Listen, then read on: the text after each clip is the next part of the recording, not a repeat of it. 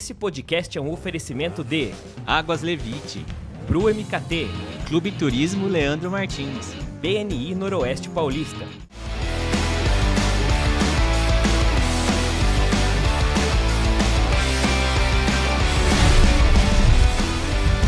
Fala galera de Rio Preto e região, sejam todos bem-vindos a mais um episódio do Rio Preto Cast. Eu estou aqui hoje mais uma vez com esse rapaz aqui todo feliz nessa semana com esse empate do Corinthians. Sim, cada dia mais feliz. E olha que estamos vivendo perigosamente essa semana, hein? Pra você que não sabe, nós gravamos os nossos episódios sempre de quarta-feira e ele vai ao ar ao sábado. Hoje é sexta, então vocês estão vendo praticamente ao vivo. Esse é o primeiro motivo que a gente está vendo perigosamente. O segundo motivo que a gente está vendo perigosamente é que a gente está recebendo hoje o Dr. Fabrício, ginecologista e obstetra, e tem uma grávida que está a ponto de parir. Então esse programa pode ser encerrado a qualquer momento. Qualquer momento a gente pode ter que parar isso aqui. Brincadeiras à parte, primeiro de tudo, a gente vai pedir pra você seguir o nosso canal, né, Leandro? Exatamente. Se inscrever, Inscreva no canal. Instagram, TikTok, estamos em todas as redes sociais, plataformas de áudio, Google Podcast, Amazon, Deezer, Spotify. Se inscreva, curta aí os nossos conteúdos, que estamos hoje, 8º episódio da segunda temporada. Exatamente. Agradecer o pessoal do LinkedIn que tem... verdade, hein? LinkedIn tá bombando também. Sim, tem seguido a gente também lá. Então todos os episódios também vão estar lá. Se você não segue nós lá no LinkedIn, também estamos lá. Mas vamos lá, né, Odelma? Pra gente, nosso convidado Vamos falar de com hoje. o Dr. Fabrício. A gente tava conversando aqui. O Dr. Fabrício chegou e falou assim: acho que eu te conheço de algum lugar, hein? Eu tive o prazer, eu e a mãe do Antônio, minha ex-esposa, de estarmos na presença do Dr. Fabrício no momento mais importante das nossas vidas, que foi o nascimento do Antônio, nosso filho. E assim, desde que a gente conheceu o Dr. Fabrício, nas consultas que antes ali do parto, que o convênio fazia, a gente já se encantou com ele, com o tratamento que ele dá, e a gente faz tempo que está querendo fazer um episódio sobre tipos de parto, desvendar alguns mitos, e quando a gente teve essa oportunidade, falou, não, vamos chamar o Dr. Fabrício. Então, o Dr. Fabrício é ginecologista, obstetra aqui de Rio Preto, né, doutor? Então, obrigado pela sua presença, pra gente vai ser um bate-papo super prazeroso, a gente tem algumas experiências para compartilhar. É verdade. E obrigado por estar aqui e aceitar o nosso convite. Imagina, é uma honra para mim estar aqui. Muito obrigado pelo convite. É sempre bom a gente ter um espaço assim aberto e com audiência para falar sobre isso. É uma coisa que a cultura ainda precisa mudar bastante para que seja algo que volte a ser o normal, que volte a ser o natural, que seja acreditado como algo seguro. Então não deveria ser assim, mas a gente está sempre tendo que reforçar e reafirmar a importância, o benefício, a segurança, para que isso esteja de novo no nosso ambiente como algo legal, algo bacana. E esse é um ponto importante pra gente começar, doutor. O que aconteceu nesse meio do caminho, no Brasil, não sei, no mundo, né? Que virou algo assim, tô grávida, é cesárea. De onde veio isso? Não sei se vocês sabem, mas o Brasil hoje é o segundo país com maior índice de cesáreas no mundo. Então não é um cenário tão mundial quanto parece ser no Brasil. O Brasil é campeão mesmo de cesárea e a região que a gente está morando, inclusive a nossa cidade, é uma das campeãs do Brasil em número de cesáreas, né? Existe uma recomendação da Organização Mundial de Saúde, isso é uma recomendação mundial, que as cesáreas não superem 15% do número de partos, né? E no Brasil, no setor privado, né, particular, convênio, o número de partos já chega... Esse estudo não é tão recente, mas a prevalência continua, mas chega a 88%, 90%. Meu Deus do céu, é Não muita Não coisa. tem nenhum estado do Brasil que tenha um número de cesáreas no setor privado abaixo de 80%. Então, são em todos os estados. Isso no cenário privado, convênio e pacientes no particular, né? No SUS, que também não deveria passar de 15%, a taxa de cesárea hoje é aproximadamente 50% também. Então, realmente é um cenário que acontece muito no Brasil. E a gente vê diversos motivos, né? Uns podem ser por conta até, talvez, da indicação médica, né? Por alguns motivos, que a gente até vai discutir um pouquinho deles. Mas outros também pode ser da mãe, né? Às vezes, que ela não quer, às vezes, passar pelo trabalho de parto, né? Não quer seguir...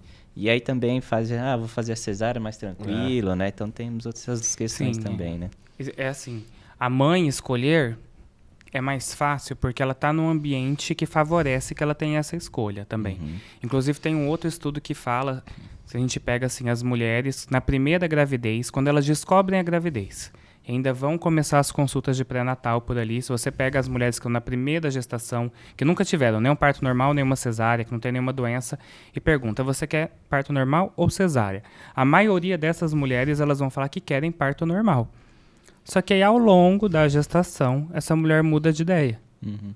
Será que essa mulher, todas essas mulheres, elas realmente tinham uma indicação de cesárea, uma indicação médica, algum problema que realmente levava, né? Pela Organização Mundial de Saúde, 15% das mulheres vão ter uma indicação. Mas a gente tem 90% das mulheres. E grande parte delas queria, no começo, ter parto normal. O que fez ela mudar? Às vezes, marcou a consulta com o médico não é o médico que apoia o parto normal mesmo, e já induziu ela ali, já nas primeiras consultas, ou às vezes lá no finalzinho a ter uma cesárea, ou a mãe, a família, uma amiga, fez ela mudar de opinião. Então, o desejo existe, né? Só que não é fácil manter. Então, parir hoje no Brasil é um ato de resistência mesmo, conseguir parir. E ainda mais parir dentro de um hospital. Parir em casa, assim, quero ter um parto domiciliar, tá lá você, sua esposa, as pessoas que você contratou, a enfermeira, tudo com segurança, é ainda mais fácil do que parir no hospital. Nossa, é impressionante isso. E assim, isso é tão verdade que quando o meu filho foi nascer, a gente optou por fazer lá no HCM, a gente fez o acompanhamento antes com os médicos que ficam disponíveis lá, o Dr. Fabrício era um deles, e a gente foi lá para ser atendido pelo SUS. O Antônio é filho do SUS hoje. E você fica lá, a mãe dele entrou em trabalho de parto, e você vai passando os plantões e fica lá tendo acolhimento. E é impressionante que, dependendo do médico que pega o plantão, o diagnóstico muda de uma maneira assustadora. A primeira médica que entrou lá, fez o exame do cardiotoco, né, doutor, que faz, ela falou, primeiro que assim, a médica que chega e fala, na tua frente ali, na apresentação, já fica assim. Já foi aquele desespero. Ela falou, olha, os batimentos estão um pouco alterados, pode ser um pouco de mecônio, que tá ali e tal, não sei o que, e putz, foi aquele desespero. E aí começa a criar uma situação, doutor, que até queria que você comentasse, que assim, essa hora é uma hora para os pais de muita insegurança e instabilidade também, né? Sim. Porque o que a gente sentiu naquele momento é que a profissional, ela colocou meio que a vida do nosso filho em nossas mãos. Sim. Ela falou assim, ó, se você optar pela cesárea, em meia hora você tá com o teu filho na tua mão. Cara, isso é uma coisa que assim, se você não tem uma estrutura e uma rede de apoio para aguentar, você acaba indo para uma cesárea. Sim. Colocou vocês ali numa corda bamba e meio que colocou como uma situação ameaçadora continuar com o parto. E quem não tá preparado mesmo, pensando em segurança para o filho, a tendência é que vai escolher a cesárea mesmo, né? E isso é um dos motivos de talvez, não estou falando dessa situação sua em si, mas o que você falou me fez lembrar uma coisa, que é um dos motivos que aumentou a taxa de cesárea e por que as pessoas preferem cesárea, principalmente quando a gente às vezes vai falar da rede pública, nem estou falando do cenário da nossa cidade ou do hospital que eu trabalho, onde os filhos de vocês nasceram, dos hospitais ao longo do Brasil.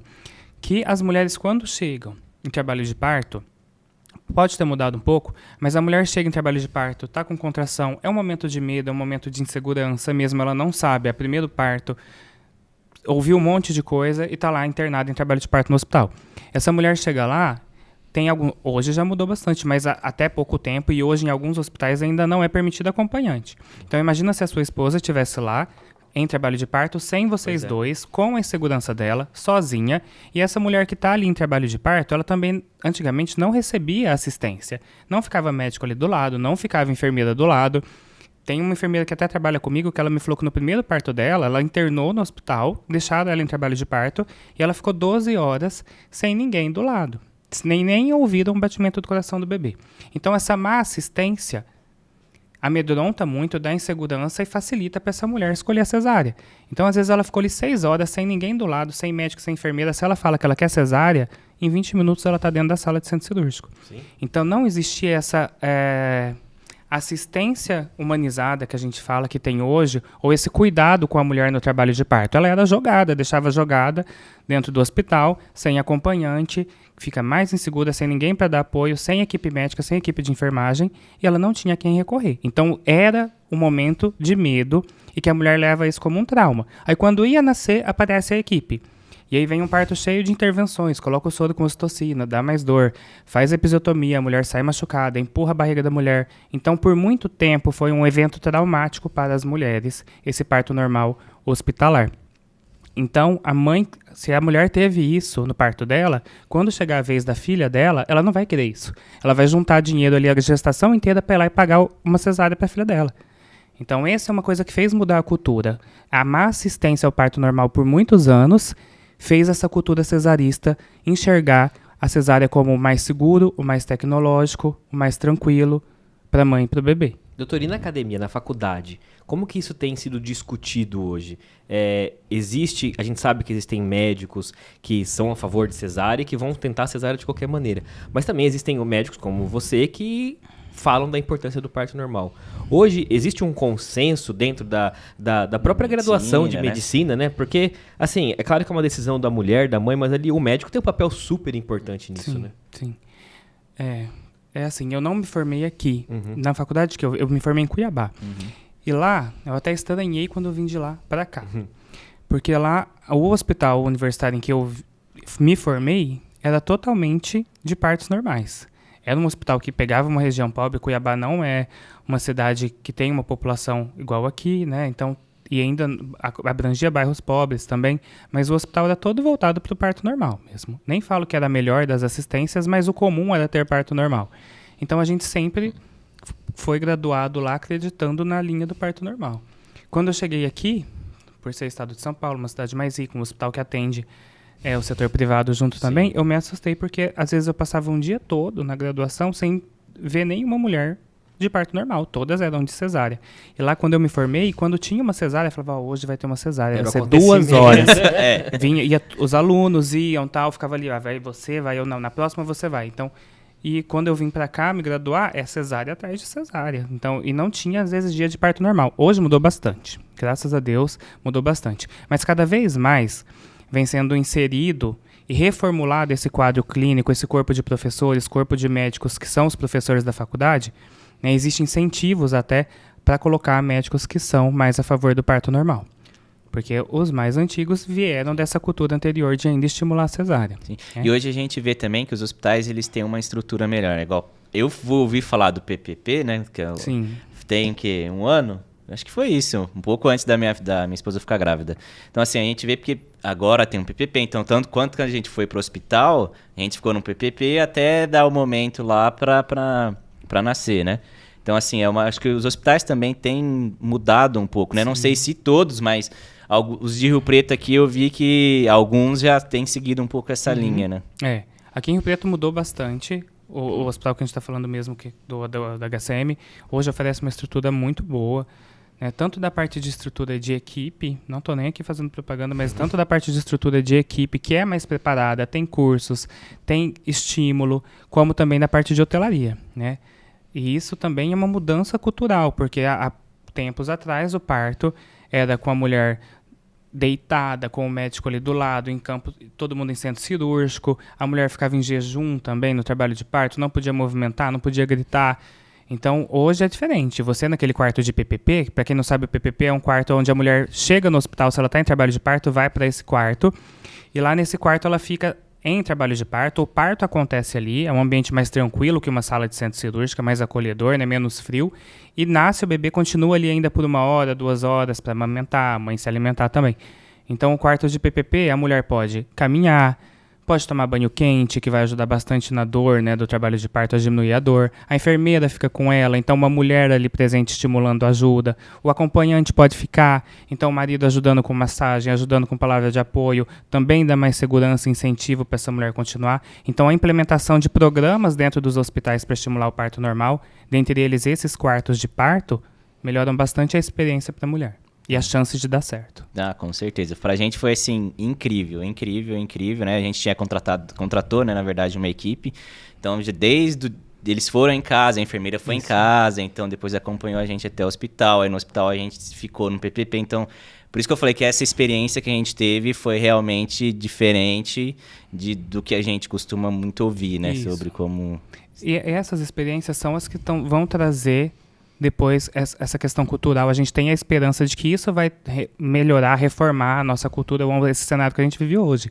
Por exemplo, se você tem uma filha e depois ela vai falar que é parto normal, a sua esposa já não vai tentar convencê-la do contrário, né?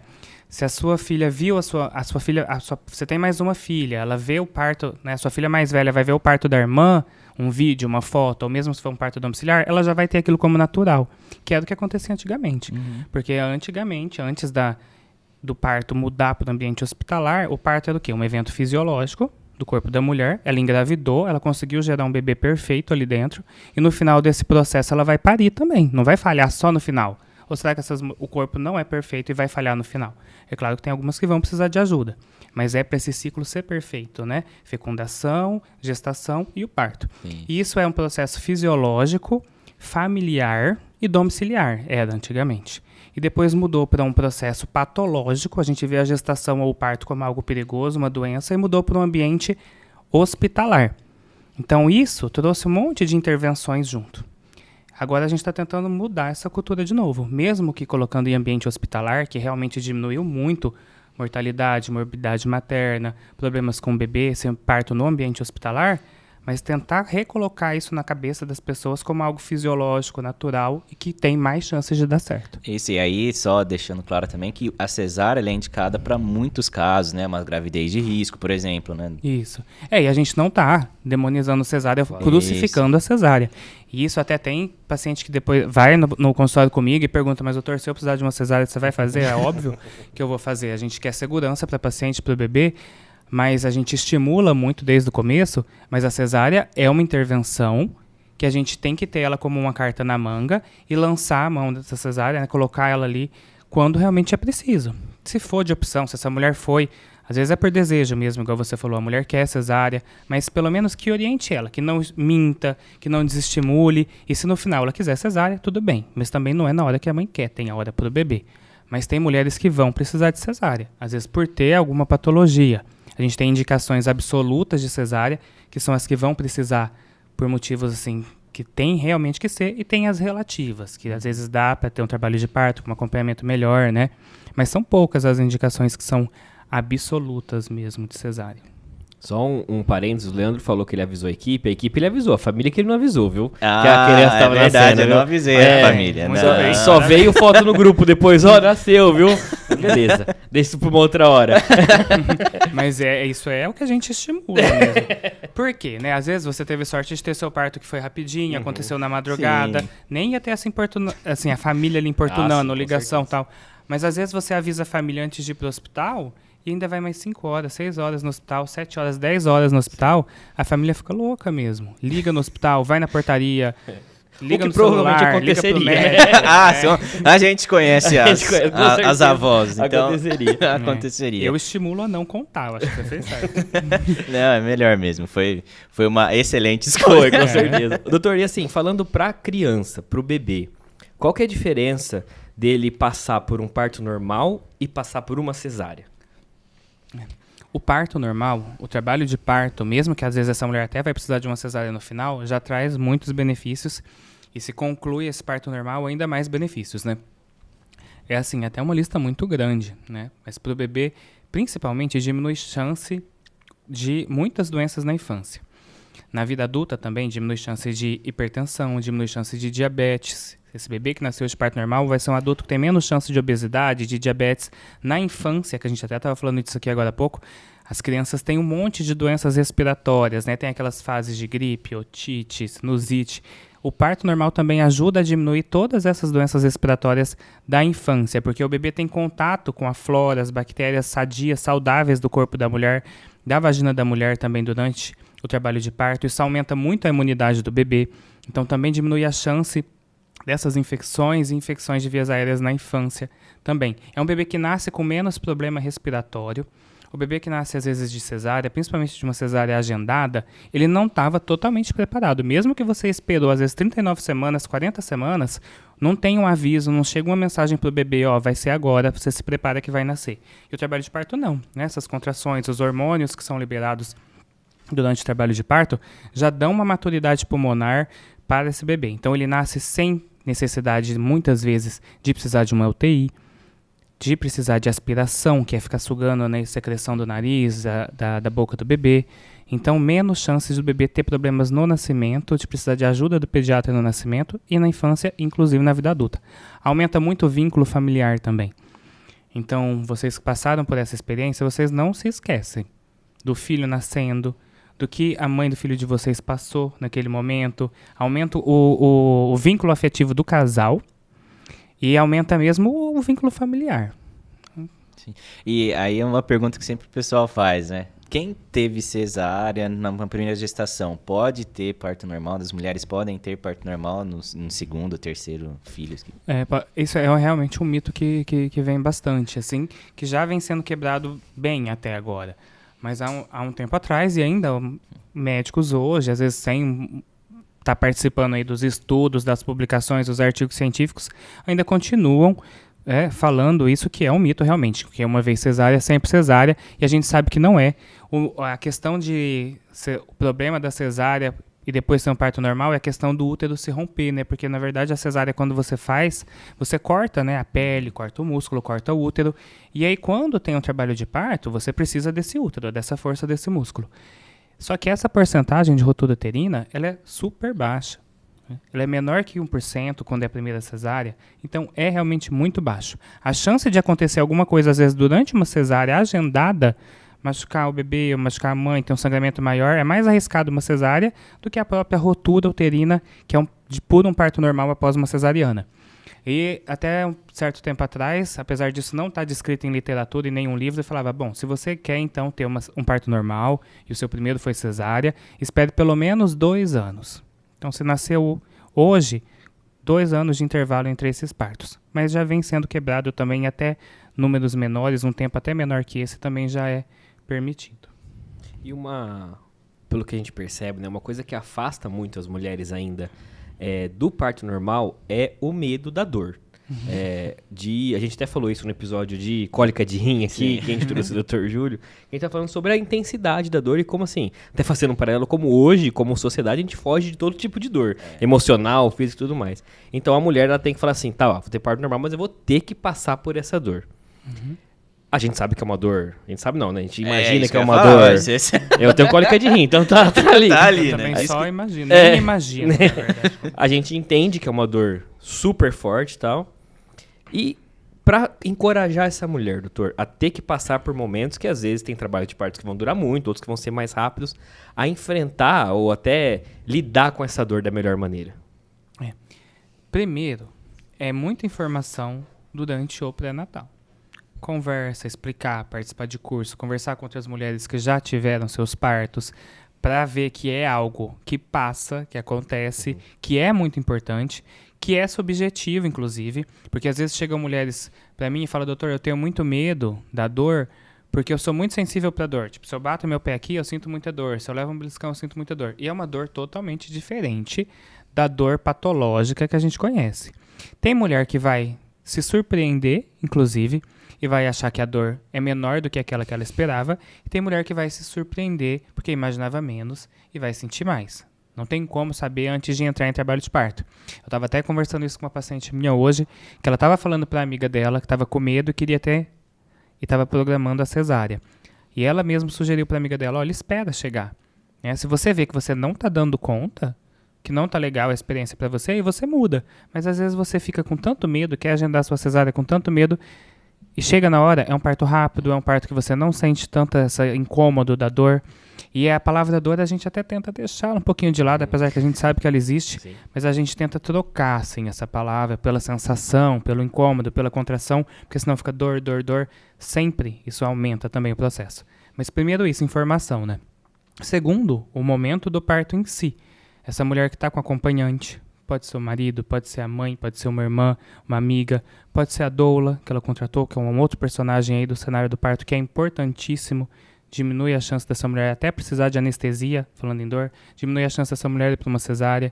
Essa mulher se movimentar, não ficar limitada ali numa cama, numa cadeira ginecológica, mudar de posição, ter massagem, banho quente. Então ela tem que saber que ela tem todos esses recursos. Se alimentar durante o trabalho de parto também. A mulher que está em jejum vai sentir mais incômodo, tem mais sensibilidade à dor por estar em jejum. Então, tem muitas coisas que essa nova abordagem, essa nova assistência do parto faz para melhorar essa questão dor. Isso falando de método não farmacológico, porque passados esses métodos, fez tudo isso, está tentando, mesmo assim, essa dor está sendo ainda um personagem muito principal ali, protagonizando muito, ainda tem a questão farmacológica e dá para ser feito, oferecido para essa mulher uma anestesia durante o trabalho de parto, que é a analgesia, que é um dos pilares que para esse hospital, inclusive, ser chamado de humanizado, tem que ter acesso à analgesia e tem que ter anestesista disponível para essa mulher. Bacana. E, doutor, a gente falou bastante aí do trabalho de parto, né? Como que é para a mulher a questão depois do pós-parto, né? Então, ela saiu do hospital, ou teve mesmo em casa. Então, ali a gente tem o puerpério, né? Que aí muitas das mulheres falam que é uma fase bem tenebrosa, assim, né? Como que é, assim, para o médico, até para... como é que eu posso dizer? Para acalmar a paciente, né, nessa fase que ela está passando. É muito importante mesmo isso, porque a mulher às vezes passa a gestação inteira com medo do parto, independente do parto, se é normal, se é cesárea, se vai ter anestesia ou não, ela só pensa nesse momento, o parto, e esquece dessa preparação para o puerpério, que é um momento muito mais longo. O puerpério que o médico chama, 42, 45 dias, para a mulher, esse pós-parto, esse momento aí dura um pouco mais de tempo. Além das questões físicas, as mudanças físicas, que o corpo dela vai ter que retornar ao que era antes, ela perde peso, né? A mama está super cheia por conta da amamentação também. Agora, a questão psicológica eu acho que é mais importante, né? O desconhecimento daquilo, para ela que é totalmente novo, tem a amamentação, tem os hormônios que estão aqui em cima, de repente cai lá embaixo, dá aquela questão da depressão pós-parto, do blues puerperal, então tem que ter apoio. É importante que essa mulher tenha uma rede de apoio, né, familiar, amigos ali junto, porque é um momento de muita instabilidade e fragilidade da mulher mesmo. E se ela não tem apoio, é muito difícil de passar, porque nem toda mulher vai ter uma amamentação perfeita, vai ter dificuldade, vai ter dor, então é uma batalha bem maior que o parto, o pós-parto. O médico fica meio tolhido, assim, fica meio limitado do que ele pode fazer. Sim. Primeiro que o médico, às vezes, igual eu, sou homem, a mulher às vezes precisa de um apoio feminino, uma palavra feminina, mas a gente tenta não sumir da paciente, porque a gente sabe que muitas pacientes, inclusive, precisam de apoio até medicamentoso nesse período de pós-parto. Então, a gente tenta dar esses retornos precoces, conversar com a paciente, se colocar à disposição. Mas quem ajuda mesmo nesse momento de puerpério, assim, tem que ter família e tem que ter rede de apoio do lado. E tem diferença do baby blues para depressão pós-parto? Tem. Assim, existe um momento que é o blues puerperal ali, que é algo que meio que até a gente espera que aconteça, que é por conta dessa queda hormonal, geralmente está mais associado nesses primeiros dias, né, do pós-parto. Segundo, quarto dia, vem mesmo. A mulher fica mais chorosa, fica mais sensível, não consegue dormir, né? Não consegue se alimentar direito, a dedicação exclusiva para o bebê. Então a gente chama isso aí do blues puerperal. A depressão pós-parto é algo que já vem, que limita mesmo a vida, a qualidade dessa mulher, a qualidade de vida dessa mulher, né? Para de se alimentar, perde muito peso, perde o contato com os familiares. É um quadro depressivo mesmo e que se estende por mais tempo. Ah, sim. E a gente ouve muitos mitos, né? Voltando um pouquinho até da gestação, de algumas coisas, não deixa de comer isso, então não faça isso. Tem alguns que, por exemplo, né? Não come... O que era mesmo? Tem muito, canela, pra comer tâmara, faz isso. Come tâmara. Eu esqueci o nome da... Mas tem um monte de alimentos que são proibidos. Eu não gosto muito dessas proibições, não. As minhas pacientes, elas são informadas, mas até que elas têm, assim, uma liberdade boa. Porque tudo que é alimento, a maioria, né? Não dá pra gente generalizar, mas tudo que é alimento, que você consome como alimento, que é quantidades comuns, é liberado. Qualquer coisa em exagero, ou algo que seja colocado periodicamente, todo dia, ou todo dia de manhã, todo dia à noite, vira terapêutico e vira medicação ou tratamento mesmo. Igual a canela, se fala muito da canela, né? Tem várias coisas, chás, né? De ervas também. Se você tomar um chá de alecrim, de camomila todo dia, de manhã e à noite, todos os dias, vira um medicamento, um tratamento. Se essa mulher está lá na casa dela ou foi visitar alguém, tem um chá de camomila, ela pode tomar. É um alimento só. Ela não vai tomar uma garrafada de chá de canela todo dia. Agora, se ela for ali num café e tomar um cappuccino que tem canela em cima, não tem problema nenhum. Um bolo de banana que vai canela, também não tem problema nenhum. Então, o que é zero mesmo? Zero é álcool. Não tem quantidade segura para álcool, não tem quantidade segura para drogas, para tabagismo, mas os alimentos em quantidades moderadas e o normal não tem restrição. E tem várias, né, crenças e muitas coisas em relação a isso.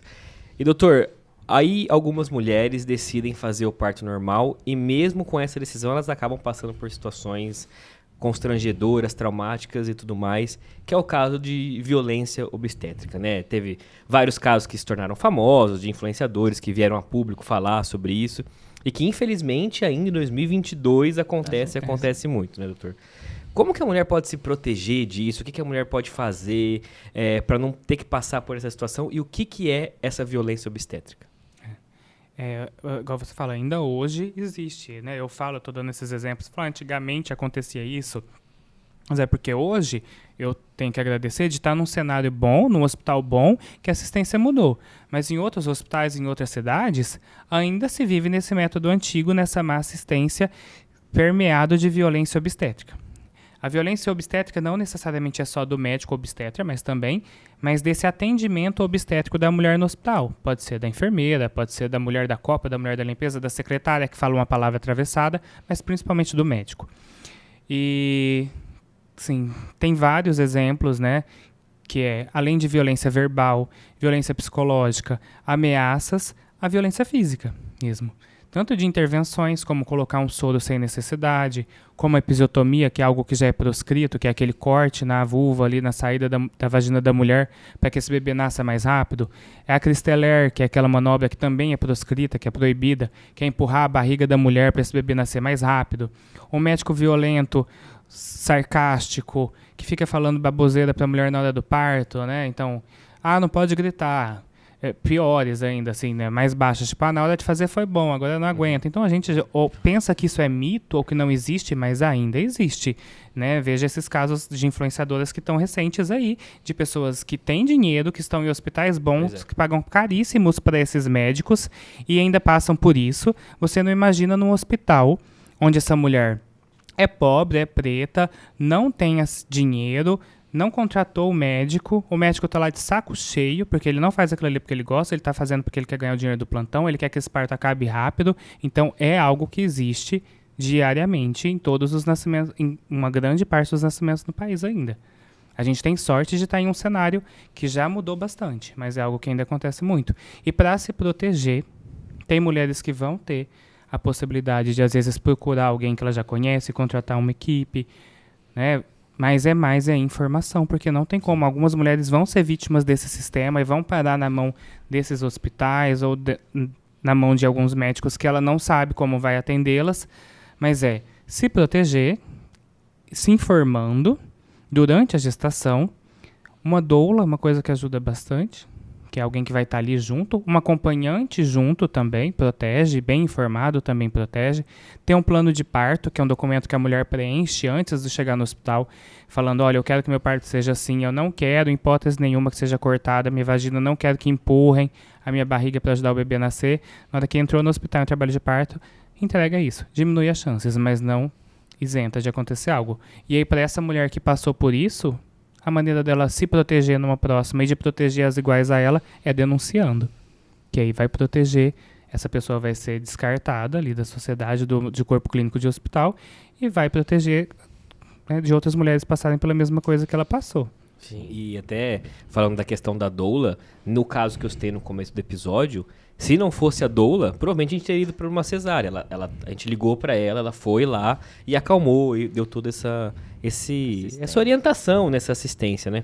E aí a importância, né, doutor, de ter a doula que hoje ela já existia antes, né? Mas hoje ela se tornou um papel muito presente e de, até por ser mulher, estar junto com a mãe, de vital importância para esse momento do parto, né?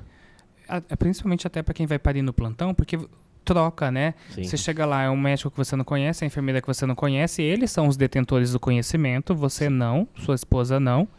Aí passa 6 horas, muda, é outro médico, outra enfermeira, que vem com outros conhecimentos, outras culturas.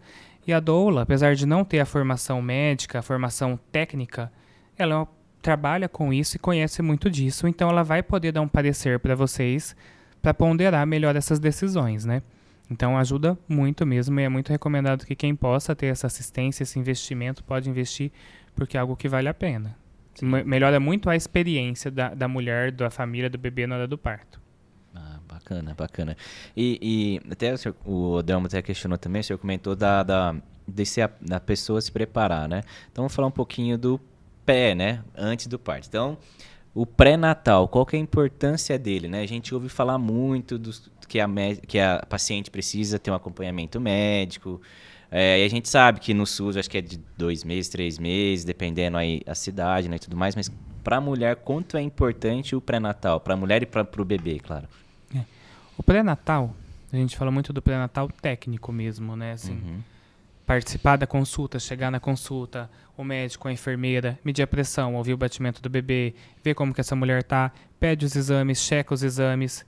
Isso, pensando no sucesso do parto, como parto normal, fazer um pré-natal de qualidade ajuda. Por quê? Essa gestação, que às vezes seria uma gestação de alto risco, que lá no final precisaria de ser uma cesárea pelo alto risco, às vezes não chega nesse ponto, porque essa mulher vai ser tratada desde o início, né? Essa mulher que teria uma pressão alta muito descontrolada lá na frente, às vezes se ela está fazendo o pré-natal regular, consegue tratar e não vai chegar nesse grau de descontrole, vai poder ter o parto lá na frente.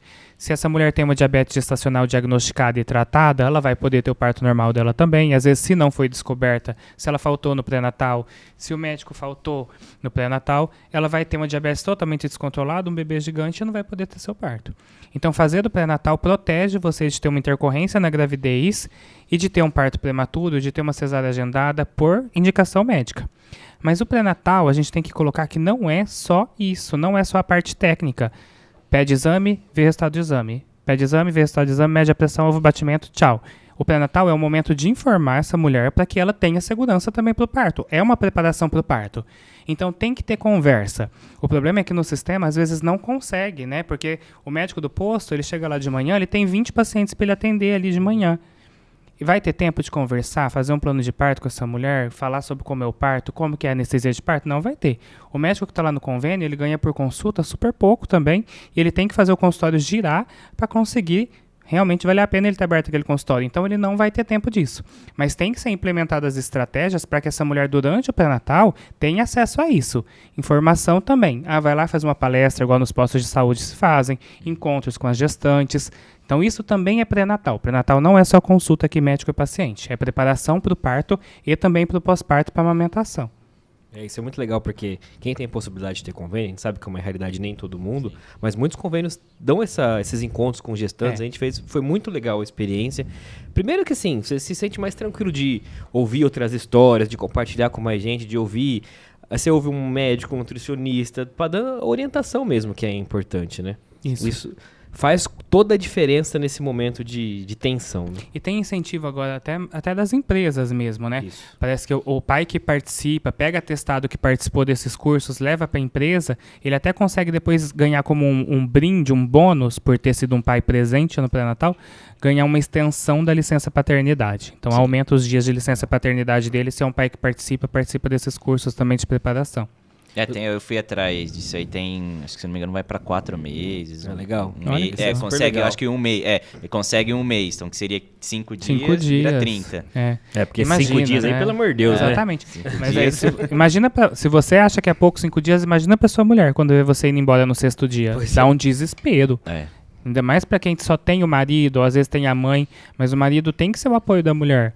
Com 5 dias o pai vai embora, deixa a mãe e o filho em casa. O puerpério é muito frágil, realmente.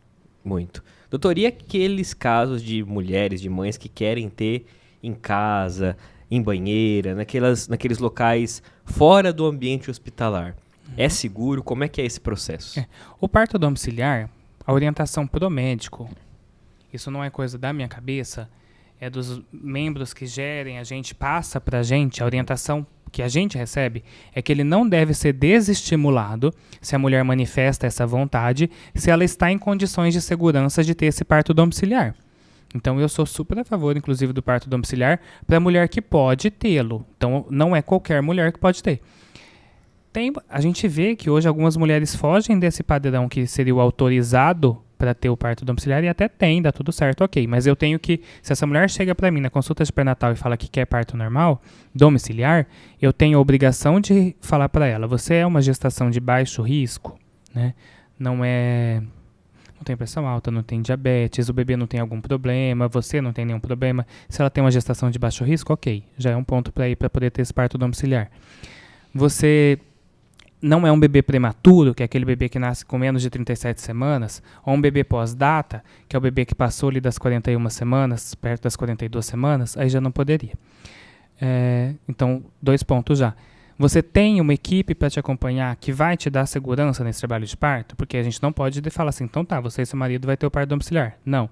E também não é só a doula que vai acompanhar ali em casa. Tem que ter equipe técnica. Em alguns lugares o médico pode acompanhar parto domiciliar, mas quem não vai ter o médico, a equipe técnica seriam 2 enfermeiras capacitadas para estarem ali durante o trabalho de parto com ela. Uma para cuidar dela, outra para cuidar do bebê quando nascer.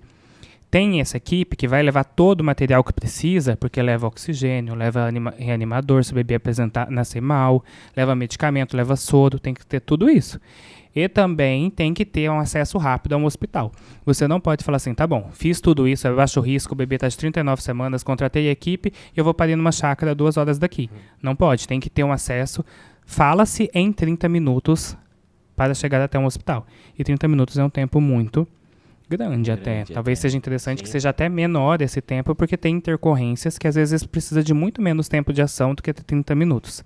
Então a mulher que quer, ela tem que saber que ela tem que estar dentro dessa classificação, tem que ter equipe e tem que estar sujeita que às vezes pode ter sim uma intercorrência e tem que passar por um plano B, que é ir para um hospital. É interessante, né?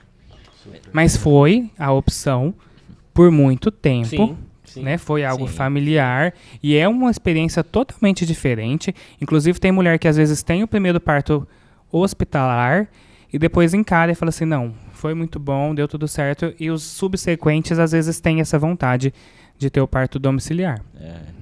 Que legal. E doutor, aqui a gente vê que pós o parto, né, quando a gente faz, mudando um pouco, né, na verdade, quando tem o trabalho de parto, né, já o corpo da mulher se prepara para a amamentação, né?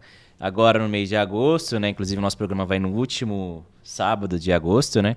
Existe o agosto dourado, agora eu acertei. Dourado, Existe o agosto dourado, que é esse incentivo para a amamentação, né? Durante o trabalho de parto, até depois no parto, né? Que a gente sabe que quando nasce a criança já coloca próximo à mãe, né? Tudo mais.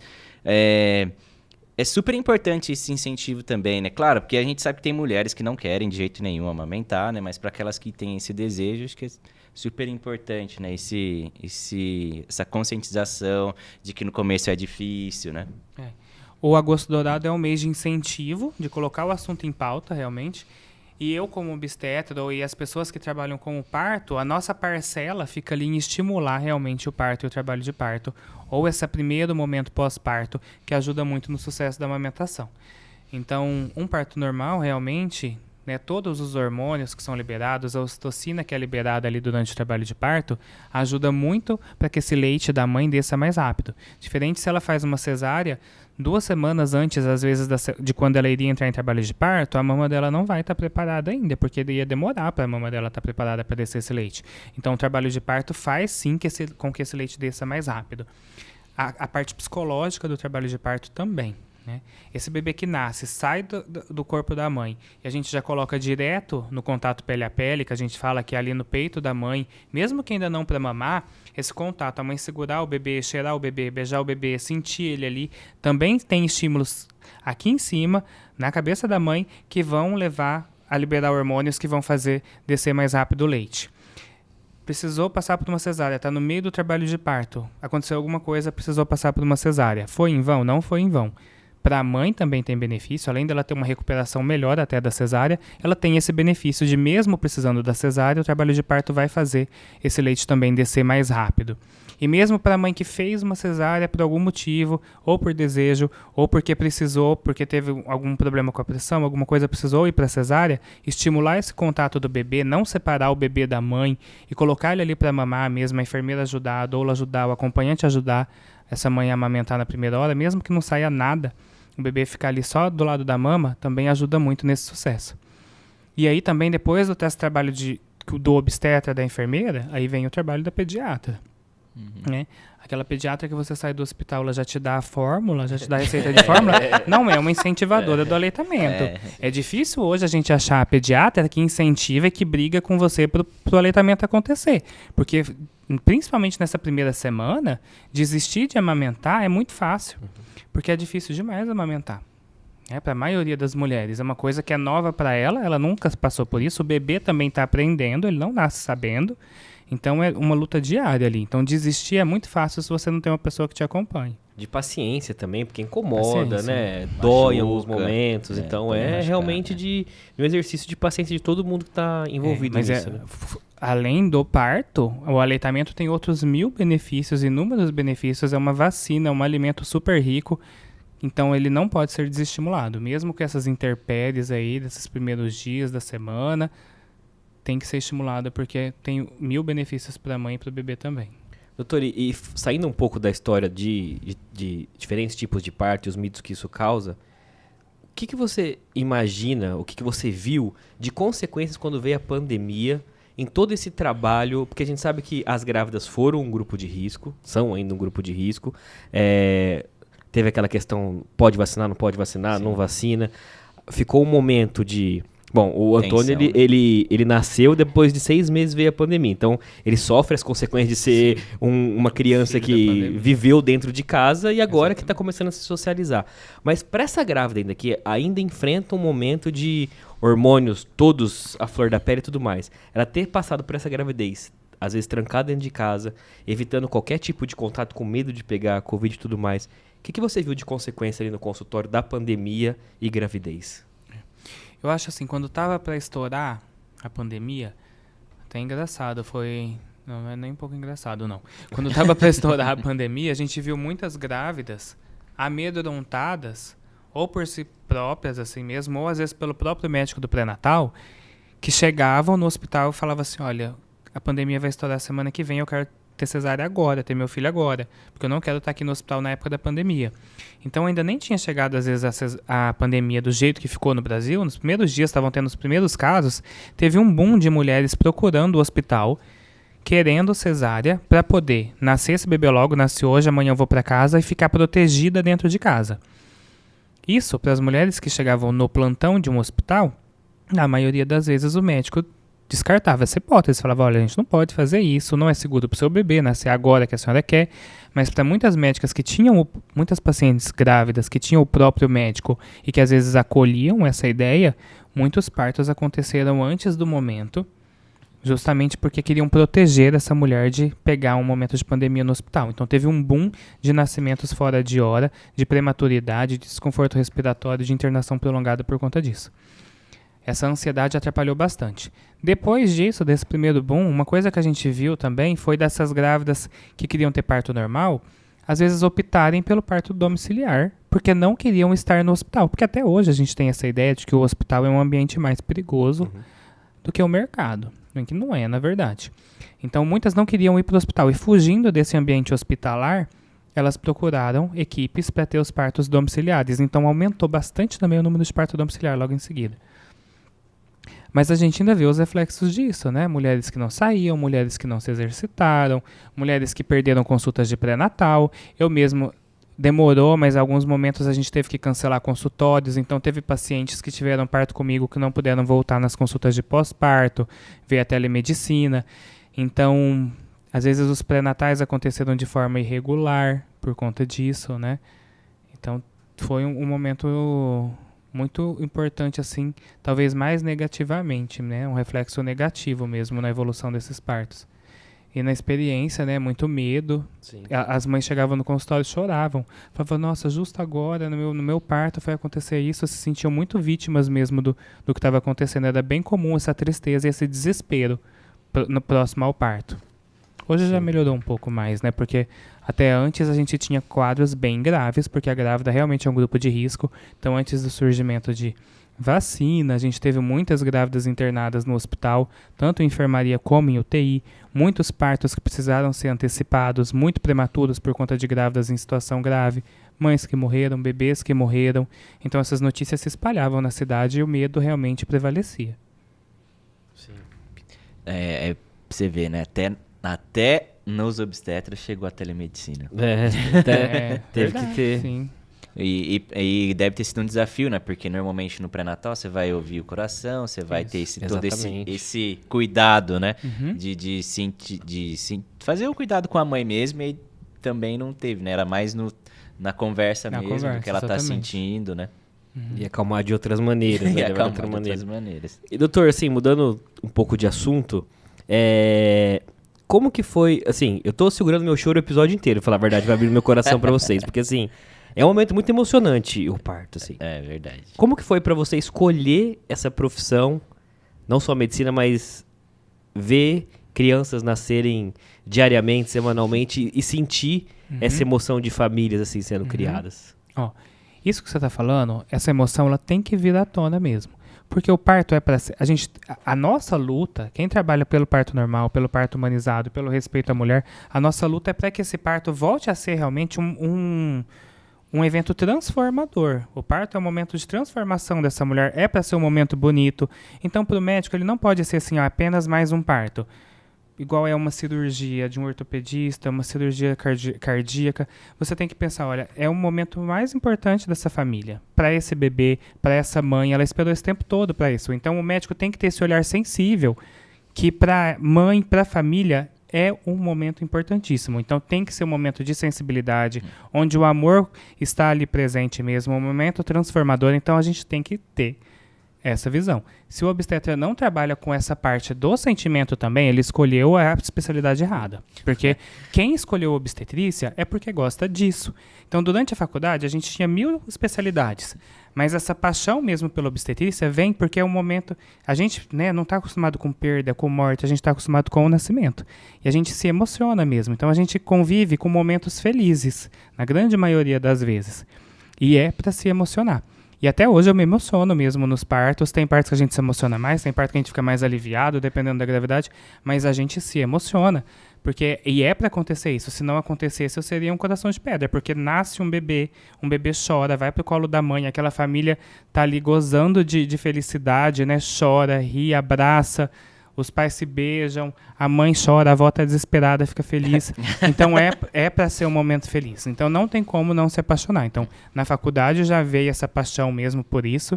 E a gente tem que batalhar para que esse momento seja cada vez menos frio, menos médico, menos patológico e volte a ser realmente amor, família, transformação para aquela mulher, para aquela família e uma experiência positiva para aquele bebê. Tá, com certeza. Eu quero contar uma experiência aqui, não é das mais legais, mas acho que é importante para compartilhar. Antes da gente ter minha filha, minha esposa teve um aborto, né? E foi super importante o obstetra que atendeu a gente, né, o Dr. Paulo, como foi importante o obstetra naquele momento pra gente, né? Então é uma coisa que eu queria até deixar aqui para todo mundo também. Se você passar por uma situação dessa, procure seu médico, seu obstetra. Acho que ele é uma pessoa super importante para te ouvir todo o seu sentimento, tudo aquilo que você passou ali, né? É isso mesmo. Imagina, é um momento de fragilidade, né? Às vezes é uma gestação super inicial que termina em um abortamento, mas vocês vivem um luto de uma gestação. Criou-se uma expectativa na cabeça de vocês, criou-se um filho, já vem um monte de coisas, né? E aí vem essa perda gestacional. E às vezes você chega lá no médico, ou no plantão ou no consultório, e ele trata com frieza. Fala, ó, tá aqui, foi um abortamento, você vai tomar aqui esse anticoncepcional, esse remédio, vai precisar fazer a coletagem, e trata como algo mecânico, assim, pra ele, né? Que às vezes esses anos de vivência dele fez ele ficar assim. E não, a gente tem que enxergar aquela história daquela paciente, aquela perda, aquela família, aquela vez, é a primeira vez, então tem que ter esse olhar realmente. Doutor, e onde buscar informações de qualidade, sim? As mulheres que estão pensando em engravidar, os que já estão grávidas, que querem viver e ter essa experiência, onde buscar informações de qualidade? Seja livro, filme, alguma coisa assim, que traga informação mesmo, não mitos e qualquer outro tipo de coisa. Tem umas séries das Netflix bem legais. Exato, é verdade. Mas hoje as mídias ajudam bastante, né? Para qualquer coisa a gente consegue ter mais informação. Então a gente consegue entender um pouquinho de tudo muito mais fácil. Livros, né? Até pouco tempo atrás eram livros mesmo, né? Se quisesse. Mas aí a grávida ia fazer o quê? Ir lá na biblioteca pegar um livro de obstetrícia para saber se ela pode ter um parto com o bebê sentado ou não. Hoje é muito mais fácil. Você ter essa convivência primeiro com pessoas, conversar com pessoas que entendem do assunto, buscar segundas opiniões, né? Então, você foi no seu médico, ele te falou alguma coisa, falou assim, não, você não pode ter parto normal porque a sua bacia é estreita, marca uma consulta com outra pessoa, vai se informar. Igual a gente faz isso em qualquer outra profissão. Sim. Foi no engenheiro, ele não quis construir a casa do meu jeito, eu vou marcar com o outro. E no médico é a mesma coisa, é uma relação cliente. Então, primeiro é não se prender nessas informações que te passam, vá atrás de outras opiniões também. Isso, médico, conversa com a enfermeira, conversa com a amiga que teve parto normal, conversa com uma doula. E a mídia ajuda bastante, né? Então você vai assistir documentários realmente na Netflix, tem um monte, começando pelo Renascimento do Parto, que são 3 volumes emocionantíssimos, que assim, eu já assisti um monte de vezes e eu choro ainda quando assisto. Já coloquei até meu noivo para assistir, e ele já que é obrigado a assistir. Eu acho que quem pensa realmente em ter parto, engravidou, tem que assistir. Tem mesmo. Colocar o esposo para assistir também, o acompanhante para assistir. E, assim, não vou puxar a sardinha pro meu lado, mas eu acho que hoje o Instagram ajuda a gente a procurar qualquer coisa, né? Você vai procurar um restaurante antes, vai jantar no restaurante, antes você vai lá e entra no Instagram. Sim. Você vai casar, a mulher que vai casar só segue Instagram. De noiva, decoração, buffet, tudo isso. Sim. Então, a mulher que engravida, além de todos os Instagrams que ela vai seguir de enxoval de bebê, tem que seguir isso. Instagrams de médicos, Instagrams de doula, Instagrams que incentivam o parto normal. Mesmo que seja uma mídia que não é técnica, né, não é um médico falando, uma pessoa que é detentora do conhecimento, são pessoas que têm essa propriedade para falar. Então, acho que hoje a rede social ajuda bastante. Legal. E assim, a gente falou, né, quais são os mitos mais comuns que a gente vê quando se fala de parto normal, né? A gente tem aquele que é do cordão, né? Acho que tem um nome, né? Cordão enrolado, circular, tem o do bebê sentado. Que tipo de mitos, assim, que pode deixar para as pessoas, né? Para as mulheres que estão acompanhando pra gente, assim, que realmente, sim, são mitos. Óbvio, você vai conversar com o seu médico, mas, assim, algo que você pode ficar tranquilo que pode. Circular de cordão, acho que é a campeã. Inclusive, tem recomendação para os ultrassonografistas que não descrevam, nem citem quando isso acontece, quando eles percebem circular de cordão nos ultrassons, porque não é algo relevante. E 30% a 40% das mulheres, na hora do nascimento, vai ter circular de cordão. Então, de 10 mulheres que estão lá no hospital, ou nascendo de cesárea ou de normal, os bebês vão estar com circular de cordão. De 10 mulheres, 4 vão estar. Então, é uma coisa que a gente vê que não impede parto normal. E não é nem para ter relevância. Se o médico do ultrassom escreveu aquilo lá, o que o médico do obstetra deveria falar é para a mulher ficar tranquila que isso não impede nada. O bebê está dentro de um espaço super pequeno, que é o útero, bem apertadinho, e tem um cordão umbilical lá do lado dele, que tem 1 metro, 1,5 metros, 2 metros, todo enrolado. Então, o cordão vai estar enrolado em alguma parte. E para o bebê, tanto faz se é no pescoço, na perna, na coxa ou no braço, porque ele não respira pelo pescoço. Então, ele não está enforcado lá, se tem uma circular de cordão. Então, esse é um outro mito. Não impede o bebê de descer, circular de cordão. Bebê sentado não é uma indicação absoluta, que é o bebê pélvico de cesárea. É uma variação do normal, inclusive. Podem ter bebês que nascem de parto normal com equipes que oferecem esse acompanhamento com segurança. Tem manobras que são feitas durante o pré-natal, movimentos, exercícios que ajudam esse bebê a mudar, inclusive. Bacia, avaliação de bacia durante consulta, bacia, a pelve, né, da mulher. Isso não é impeditivo para parto normal também. Não existe isso. A mulher está lá no meio da gestação, começo da gestação, final da gravidez. O médico examina, faz um toque e fala: sua bacia é estreita, sua bacia é pequena, porque a bacia é totalmente dinâmica. Inclusive, durante o trabalho de parto, ela muda muito. Essa é uma das causas da mulher ter esses desconfortos ou a dor durante o trabalho de parto, porque a bacia muda no trabalho de parto. Gorda, magra, não tem esse impedimento. Comorbidades como pressão alta, diabetes, trombofilia, doenças da tireoide, nada disso é impeditivo para parto normal. Você está com bom acompanhamento e controladas. Mulheres jovens ou velhas, não tem, né? Todos esses são mitos. É claro que existem as indicações, né? O bebê que está atravessado, que é o bebê que está córmico, que a gente fala que contração não vai conseguir fazer ele descer, ele não vai passar, né? Placentas prévias, que é uma placenta que cobre o colo do útero e aí não deixa o bebê nascer. Tem indicações que são reais mesmo, mas tem muitos mitos, e essa mulher que recebe essa informação, o que ela tem que fazer é que ela tem que buscar uma outra opinião realmente para ver se é verdade ou não esse mito. Que show de bola. Sensacional. Bom, chegamos a 1 hora de programa, nem parece, mas passou super rápido. Doutor, queria que você deixasse aí para os nossos telespectadores e para os nossos ouvintes seu Instagram, Isso, o contato da sua clínica, né, onde é, para as pessoas, né, que quiserem entrar em contato, quiserem ter legal. informação de qualidade também, né? Hoje eu trabalho, assim, o tempo médico é um pouco precioso, assim, né? Principalmente pra gente que trabalha com parto, que passa a noite e tudo. Mas eu já tive até mais tempo, então eu conseguia batalhar mais, assim, nessa tecla na rede social. Mas hoje o meu Instagram é uma ferramenta que eu uso bastante até para informar essas pacientes, para quebrar um pouco desses mitos, falar o que realmente é ou não, tirar dúvidas. Então eu gosto muito dessa ferramenta que hoje alguns médicos colocam no Instagram, né? A gente às vezes é um pouco até criticado de trabalhar assim na mídia, de se expor tanto, mas assim, não é só como forma de angariar pacientes, recrutar pacientes, mas é justamente para colocar informação mesmo. O meu Instagram é super fácil, é fabrício.obstetra, e lá tem realmente bastante informação, assim, conversa sobre isso. Na clínica a gente tenta fazer esse acompanhamento realmente de um pré-natal que não é só focado na parte técnica. A gente oferece essa parte de cursos mesmo, de preparação para o parto, curso de amamentação ainda com a mulher grávida, de cuidados com o bebê, cuidados com o recém-nascido. Esse atendimento multidisciplinar, né? Então a gente tem atendimento com a nutricionista, para ter uma gestação mais saudável, menos chances de ter alguma gestação de risco e precisar às vezes de uma cesárea já com indicação no pré-natal. A enfermeira, a atuação da enfermeira, da obstetriz durante o pré-natal, então ela também faz consultas de pré-natal na clínica, também está junto no parto, é um outro braço meu na hora do parto, que são essas equipes que acompanham, né, ainda no domiciliar. Então a gente atende lá na clínica Pérola, que é aqui em Rio Preto, fica lá no Iguatemi Business. Então quem tem interesse em realmente ter um pré-natal, às vezes, né, pensando nisso, acreditando que o parto normal é algo fisiológico, eu recomendo procurar a Clínica Pérola e um acompanhamento com a nossa equipe também. Legal, bom demais. Muito É bom. isso, né, Leandro? É Que isso. episódio intenso, né? Muito Como intenso. imaginamos que seria. Muito intenso, muito intenso. Agradecemos vocês que estão aqui com a gente, que estão acompanhando até agora essa nossa 1 hora de programa.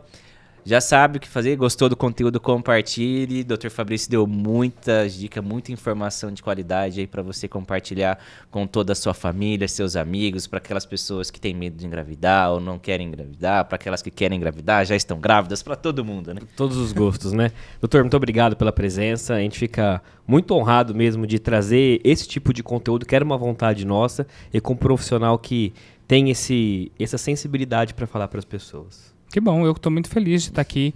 É um assunto que eu não canso de falar mesmo, a gente não pode cansar de brigar. E assim, é difícil até para mim estar aqui falando disso, porque esse não é um lugar de fala só meu, é um palanque que tem que ser das mulheres. Eu acredito que elas têm que batalhar, porque é um momento delas, assim, nós somos os filhos dessas mulheres que passaram por violências obstétricas, que tiveram cesáreas sem indicação. Então, eu assim, peço licença para elas para estar aqui falando desse assunto, mas que é um assunto de empoderamento e protagonismo feminino mesmo, mas me coloco à disposição aqui para vocês, se precisarem novamente desse assunto. Excelente. É isso, pessoal. Não se esqueça de se inscrever no nosso canal, acompanhar nas redes sociais. Agora, falar ao vivo para vocês, são 7h20. Esse programa vai ao ar em um pouquinho mais de 12 horas. Então, você fica aí com todos os nossos episódios nos nossos canais, no YouTube, no Spotify, no Deezer e tudo mais. Nos vemos semana que vem com mais um episódio super especial. Um episódio, olha, vamos mudar da água pro vinho, vamos falar de... Vou dar spoiler? Será que eu dou spoiler ou não? Acho que eu vou dar. Vamos falar sobre cuidados masculinos. Vamos falar com um representante de uma barbearia que eu adoro, que é a San James. Você vai adorar o episódio da semana que vem. Então, nos vemos lá. Até mais. Tchau, gente. Valeu. Tchau, tchau.